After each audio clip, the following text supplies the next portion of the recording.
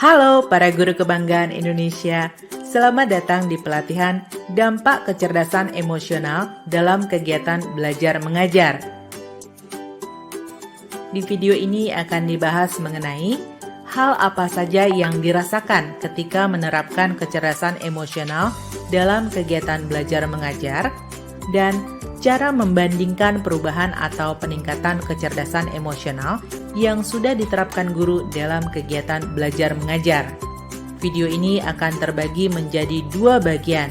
Nah, di video bagian pertama ini kita akan melihat dampak atau pengaruh penerapan kecerdasan emosional dalam lingkungan kelas. Kita akan menggali apa yang dirasakan oleh guru saat menerapkan kecerdasan emosional di kelasnya. Sebelum membahas lebih lanjut, mari kita mengingat kembali definisi kecerdasan emosi. Daniel Goleman mendefinisikan kecerdasan emosional sebagai kemampuan mengenali perasaan kita sendiri dan perasaan orang lain, kemampuan memotivasi diri sendiri, dan kemampuan mengelola emosi dengan baik pada diri sendiri dan dalam hubungan dengan orang lain. Pada definisi yang telah dijelaskan tadi, disebutkan mengenai kemampuan mengenali perasaan diri sendiri dan orang lain. Berikut ini terdapat beberapa hal yang dirasakan ketika menerapkan kecerdasan emosional saat proses pembelajaran. Di antaranya, yang pertama, Anda dapat menghindari emosi negatif, seperti perasaan marah, frustasi, maupun rendah diri, atau bahkan mengatasinya. Akibatnya, konflik yang mungkin terjadi dengan siswa dapat terhindari karena berkurangnya emosi negatif. Yang kedua, Anda dapat menjadi lebih optimis, percaya diri, dan lebih menerima tantangan yang timbul saat proses pembelajaran. Yang ketiga, Anda menjadi lebih peka terhadap emosi Anda sendiri dan siswa Anda, sehingga Anda lebih mudah menyadari kapan harus lebih aktif dan kapan untuk pasif. Anda sebagai guru akan lebih fleksibel untuk melakukan beberapa penyesuaian saat mengajar. Yang keempat, yaitu Anda lebih memahami perasaan siswa Anda atau perasaan di balik tindakan yang dilakukan oleh siswa Anda. Yang kelima, akan lebih mudah bagi Anda untuk menciptakan interaksi yang penuh kepercayaan dan keyakinan antara Anda dan siswa. Saat Anda sebagai guru memberikan kepercayaan dan keyakinan kepada siswa Anda, maka siswa menjadi lebih percaya diri dan mau kooperatif dengan Anda. Yang keenam, Anda dan siswa dapat lebih aktif menjalankan peran masing-masing ketika proses belajar mengajar, sehingga proses belajar pun menjadi lebih kondusif dan kualitasnya meningkat. Yang terakhir, Anda menjadi tidak mudah burnout atau lelah atau stres akibat pekerjaan Anda. Interaksi Anda dengan orang lain seperti sesama rekan guru, pihak manajemen sekolah, maupun orang tua akan menjadi lebih positif. Nah, itu tadi pembahasan mengenai hal apa saja yang dirasakan ketika menerapkan kecerdasan emosional dalam kegiatan belajar mengajar. Pada video selanjutnya, kita akan bahas lebih lanjut mengenai cara membandingkan perubahan atau peningkatan kecerdasan emosional yang sudah diterapkan guru. Sampai jumpa dan salam luar biasa.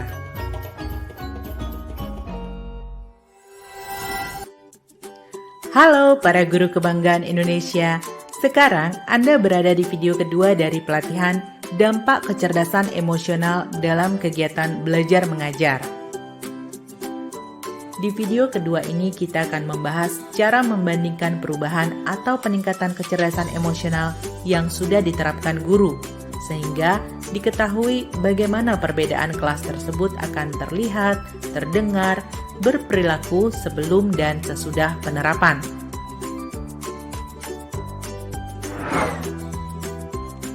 Mari kita ingat kembali pertanyaan refleksi untuk membandingkan kecerdasan emosional yang sudah dilakukan dalam kegiatan belajar mengajar.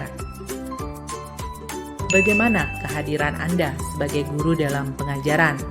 Bagaimana siswa menilai sifat Anda sebagai guru? Bagaimana bentuk interaksi Anda dengan siswa? Bagaimana pengenalan Anda terhadap setiap siswa? Bagaimana Anda mendengarkan siswa Anda? Bagaimana Anda membaca emosi siswa Anda dan menanggapinya? Mari kita bahas lebih lanjut satu persatu 6 pertanyaan refleksi tersebut yang digunakan untuk membandingkan kecerdasan emosional yang sudah dilakukan oleh guru dalam kegiatan belajar mengajar. Pertanyaan refleksi yang pertama adalah, bagaimana kehadiran Anda sebagai guru dalam proses belajar mengajar? Saat pertanyaan refleksi itu ditanyakan, maka akan muncul beberapa pertanyaan lagi yang akan semakin menguatkan apakah Anda sebagai guru sudah sepenuhnya hadir dalam pengajaran.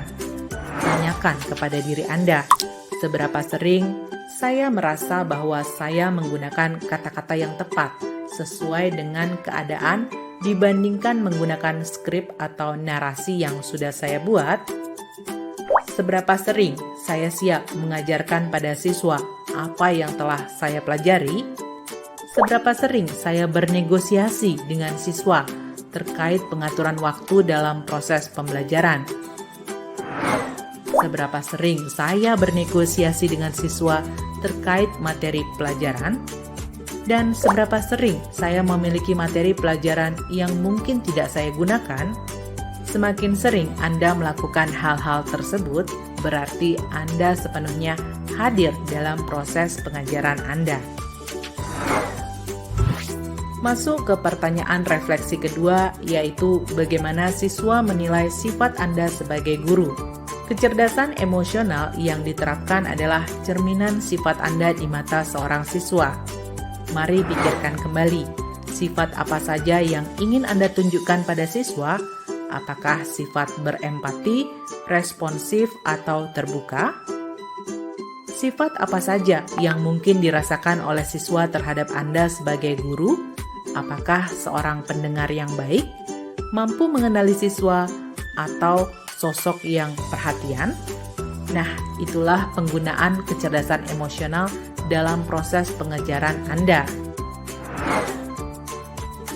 Pertanyaan refleksi ketiga adalah bagaimana bentuk interaksi Anda dengan siswa.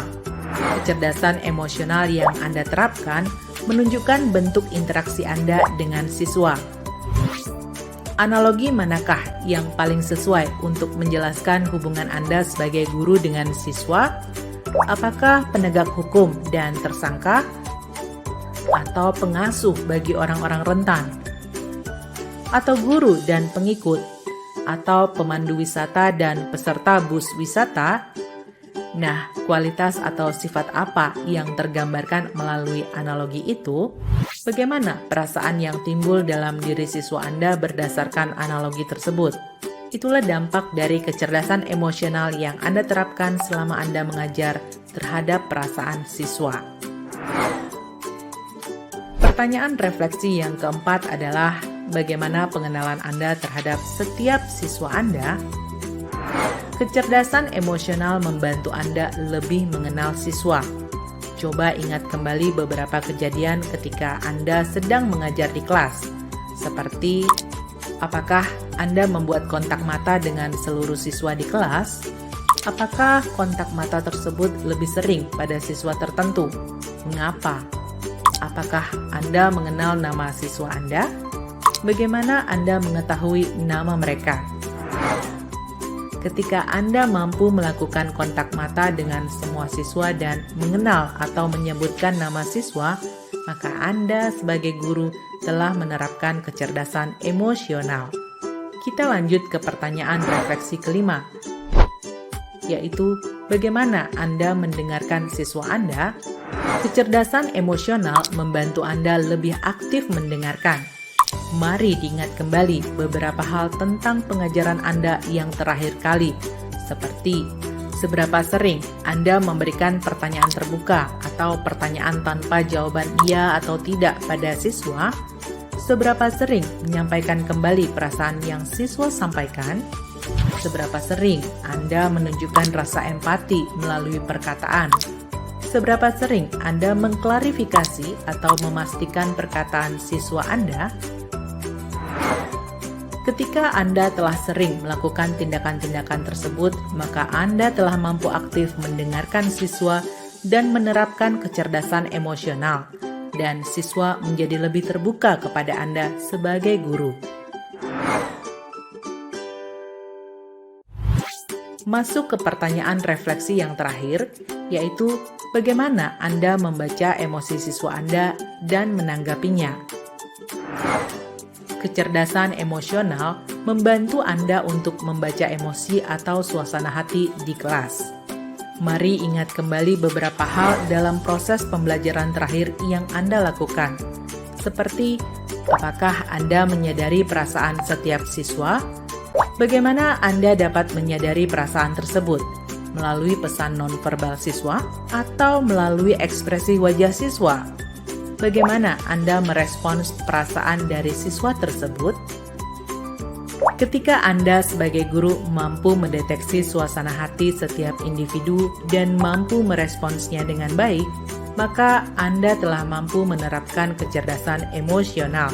Dengan begitu, Anda membantu siswa Anda menjadi lebih baik, menjadi lebih bisa untuk menyampaikan suasana hatinya, dan suasana kelas pun dapat terjaga dengan kondusif. Selanjutnya, sebagai bahan evaluasi, coba Anda bandingkan suasana kelas sebelum dan sesudah Anda menerapkan kecerdasan emosional ini. Bagaimana kelas Anda terdengar? Apakah masih terdengar siswa mengucapkan kalimat kasar, siswa saling berbantahan, dan Anda masih mengeluarkan suara dengan intonasi tinggi?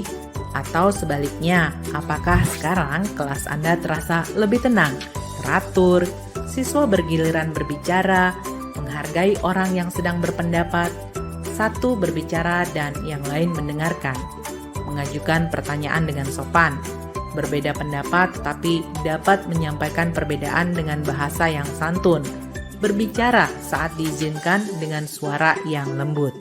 Kemudian, bagaimana kelas Anda terlihat? Apakah masih ada siswa yang duduk tidak pada bangku yang telah ditentukan? Apakah dinding kelas penuh dengan coretan atau hasil karya siswa?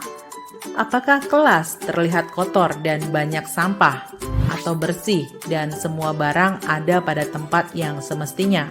Bagaimana wajah siswa Anda terlihat?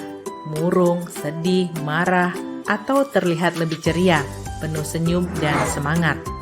Selanjutnya, bagaimana perilaku siswa Anda? Apakah mereka sudah memberi salam saat masuk kelas, menyapa saat bertemu dan membantu temannya yang kesulitan?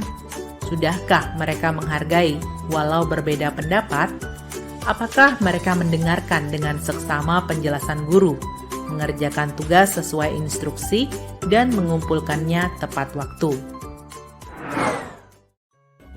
Nah, itu tadi pembahasan mengenai cara membandingkan perubahan atau peningkatan kecerdasan emosional yang guru sudah terapkan dalam kegiatan belajar mengajar. Menerapkan kecerdasan emosional akan memungkinkan kita untuk mengenali dan mengatasi situasi sulit sebelum keadaan menjadi lebih sulit. Salam luar biasa dan terima kasih.